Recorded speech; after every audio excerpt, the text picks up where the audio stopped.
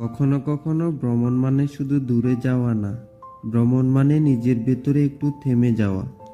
আসসালামু আলাইকুম everyone, welcome back. আজ আমরা বের হয়েছি এমন এক জায়গায় যেটা খুব বেশি মানুষ জানে না, কিন্তু যারা একবার আসে তারা আবার ফিরতে চায়। চকরিয়া থেকে আমাদের এই ছোট্ট বাইক জার্নি শেষ হবে নাইক্ষ্যংছড়ির এক সুন্দর লেকের কাছে, উপবন পর্যটন লেক। চলুন আপনাদেরকেও সাথে নিয়ে যাই। চকরিয়া থেকে আমাদের বাইক যাত্রা শুরু। রামু রাবার বাগান স্টেশন পেরিয়ে পূর্ব দিকে প্রায় 12 কিলোমিটারের পথ।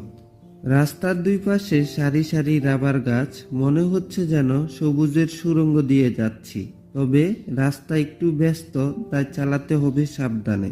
লেকের কাছে এলেই দেখা মিলবে নাইক্ষ্যংছড়ি সীমান্ত গেটের। এটা দেখলেই বুঝবেন আপনি খুবই কাছেই আছেন।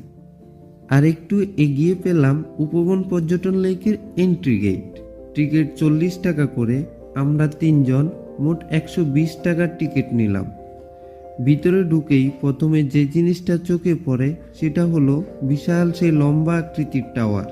টাওয়ারের উপর থেকে পুরো লেকটা এক প্যানোরামিক পেন্টিং এর মতো। মাথার উপর খোলা আকাশ, নিচে নীল পানি। এখানে দাঁড়ালে বুঝবেন কেন এত মানুষ এই জায়গা দেখতে আসে। আসলে উপবনের সৌন্দর্য প্রথমবার উপর থেকে আসলভাবে ধরা পড়ে। ভিতরে প্রবেশ করলে ডান পাশে একটি সুন্দর শিশু পার্ক রয়েছে। বাচ্চাদের দৌড়াদৌড়ি, হাসি, খেলা ভ্রমণের একটি আলাদা উষ্ণতা যোগ করে। আরো সামনে আছে পর্যটকদের জন্য দোলনা, যেখানে বেশ আরামে কিছুক্ষণ বসে থাকার মতোই পরিবেশ। পার্কের পাশে ছোট্ট একটা রেস্টুরেন্টও আছে। চা, স্ন্যাক্স, হালকা খাবার সবই পাওয়া যায়। উপবন পর্যটন লেকের আসল ম্যাজিক লুকিয়ে আছে এই ঝুলন্ত ব্রিজে।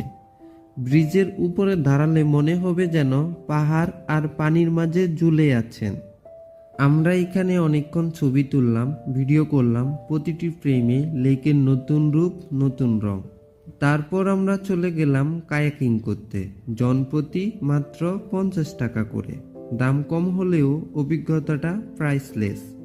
ঋতুর উপর ভিত্তি করে 2 থেকে 3 ঘন্টা এখানে রাইড দেওয়া হয়। পানির মাঝে নৌকাটা যখন ভেসে চলে, চারপাশের পাহাড়, বাতাসের হালকা ছোঁয়া আর নীরব জলরাশি, মনে হবে আপনি নিজের সাথেই কথা বলছেন। এই ছিল আমাদের উপবন পর্যটন লেক ভ্রমণ। জায়গাটা ছোট হলেও এর শান্তি, সৌন্দর্য আর পরিবেশ হাজারো ব্যস্ততার মাঝেও মনে দেবে একটুখানি বিশ্রাম। আপনি যদি প্রকৃতি ভালোবাসেন, শান্তি খোঁজেন, তবে